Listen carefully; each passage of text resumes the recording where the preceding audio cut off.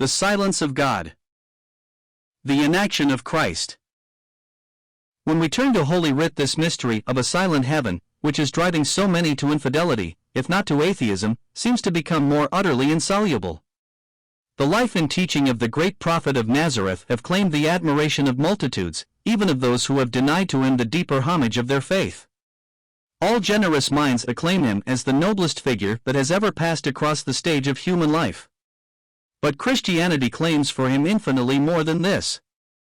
The great and unknown God had dwelt in impenetrable darkness and unapproachable light, seeming contradictories which harmonize in fact in a perfect representation of his attitude toward men.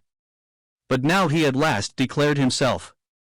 The Nazarene was not merely the pattern man of all the ages, he was himself divine, God manifest in the flesh. The inspired prophets had foreshadowed this. Now it was accomplished. The dream of heathen mythology was realized in the great foundation fact of Christianity. God assumed the form of a man and dwelt as a man among men, speaking words such as mere man never spoke, and scattering on every hand the proofs of his divine character and mission. But the sphere of the display was confined to the narrowest limits, the towns and villages of a district scarcely larger than an English county. If this was to be the end of it, a theory so sublime must be exploded by its inherent incredibility. But throughout his ministry he spoke of a mysterious death he had to suffer, and of his rising from the dead and returning to the heaven from which he had come down, and of triumphs of his power to follow upon that ascension, triumphs such as they to whom he spoke were then incapable of understanding. And, in keeping with the hopes he thus inspired, among his latest utterances, spoken after his resurrection and in view of his ascension, we find these sublime and pregnant words: "All power is given unto me in heaven and on earth." The position of avowed unbelief here is perfectly intelligible, but what can be said for the covert skepticism of modern Christianity, which explains this to mean nothing more than the assertion of a mystical authority to send out preachers of the gospel? Except the scheme of revelation as to man's apostasy and fall, and his consequent alienation from God, and the history of the world down to the time of Christ can be explained. But type and promise and prophecy testified with united voice that the advent of Messiah should be the dawn of a brighter day, when the heavens should rule, when all wrong should be redressed, and sorrow and discord should give place to gladness and peace. The angelic host who heralded his birth confirmed the testimony, and seemed to point to its near fulfillment. And these words of Christ himself ring out like a proclamation that earth's great jubilee at last was come. Nor did the events of the early days which followed belie the hope.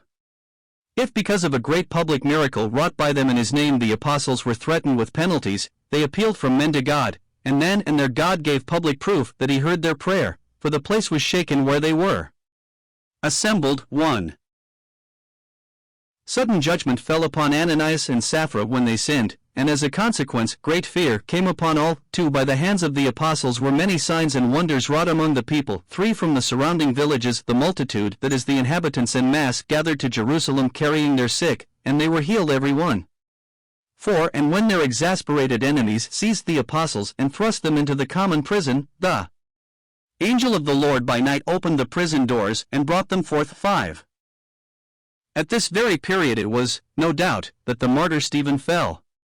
Yes, but ere he sank beneath the blows showered upon him by his fierce murderers, the heavens were opened, and revealed to him a vision of his Lord in glory. If martyrdom brought such visions now, who would shrink from being a martyr? By a like vision the most prominent witness to his death became changed into an apostle of the faith he had resisted and blasphemed. And when he in his turn found himself in the grasp of cruel enemies at Philippi, his midnight prayer was answered by an earthquake which shook the foundations of his prison. Unseen hands struck off the chains which bound him, freed his feet from the stocks in which they had been made fast, and threw the jail doors open.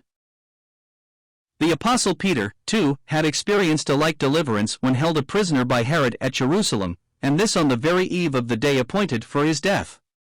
The record is definite and thrilling. Peter was sleeping between two soldiers, bound with 2 chains, and the keepers before the door kept the prison, and behold, the angel of the Lord came upon him, and a light shined in the prison, and he smote Peter on the side and raised him up, saying, Arise up quickly. And his chains fell off from his hands.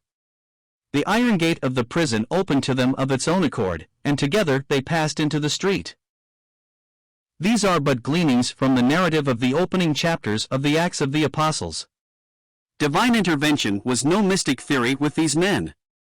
All power in heaven and on earth was no mere shibboleth. The story of the infant church, like the early history of the Hebrew nation, was an unbroken record of miracles.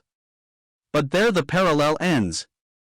Under the old economy, the cessation of divine intervention in human affairs was regarded as abnormal, and the fact was explained by national apostasy and sin. And the times of national apostasy were precisely the period of the prophetic dispensation. Then it was that the divine voice was heard with increasing clearness. But in contrast with this, heaven has now been dumb for 18 long centuries. This fact, moreover, might seem less strange if prophecy had ceased with Malachi, and miracles had not been renewed in messianic times. But though miraculous powers and prophetic gifts abounded in the Pentecostal Church, yet when the testimony passed out from the narrow sphere of Judaism, and was confronted by the philosophy and civilization of the heathen world at the very time in fact when, according to accepted theories, their voice was specially required, that voice died away forever. Is there nothing here to excite our wonder? Some of course will dispose of the matter by rejecting every record of miracles, whether in Old Testament times or New, as mere legend or fable. Others again will protest that miracles are actually wrought today at certain favored shrines. But here in Britain, at least, most men are neither superstitious nor infidel. They believe the biblical record of miracles in the past, and they assent to the fact that ever since the days of the apostles the silence of heaven has been unbroken. Yet when challenged to account for this, they are either wholly dumb or else they offer explanations which are utterly inadequate, if not absolutely untrue. To plead that the idea of divine intervention in human affairs is unreasonable or absurd is only to afford a proof how easily the mind becomes enslaved by the ordinary facts of experience. The believer recognizes that such intervention was common in ancient times, and the unbeliever most fairly argues that if there really existed a God, all-good and almighty, such intervention would be common at all times. The taunt would be easily met if the Christian could make answer that this world is a scene of probation where God in His infinite wisdom has thought fit to leave men absolutely to themselves. But in presence of an open Bible, such an answer is impossible. The mystery remains that God, who at sundry times and in divers manners spake in time past unto the fathers, never speaks to His people now. The divine history of the favored race for thousands of years teems with miracles by which God gave proof of His power with men, and yet we are confronted by the astounding fact that from the days of the apostles to the present hour the history of Christendom will be searched in vain for the record of a single public event to compel belief that there is a God at all.